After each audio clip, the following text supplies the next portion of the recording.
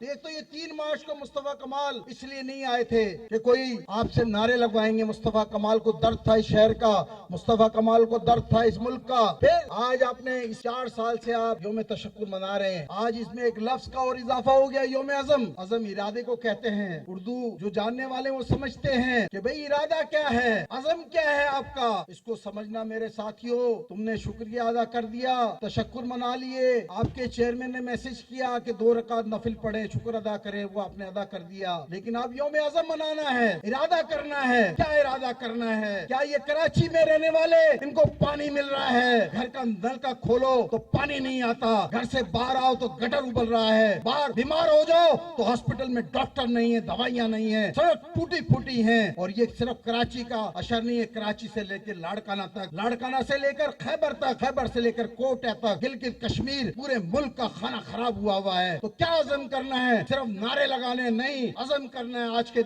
کے دن یہ عزم کرنا ہے کہ مصطفیٰ کمال کی قیادت میں ایک ایسی پارٹی, ایک ایسی جدوجہد جو 5 سال سے جاری ہے, لیکن اس کو پائے تکمیل تک پہنچانا ہے, اس کو جتوانا ہے.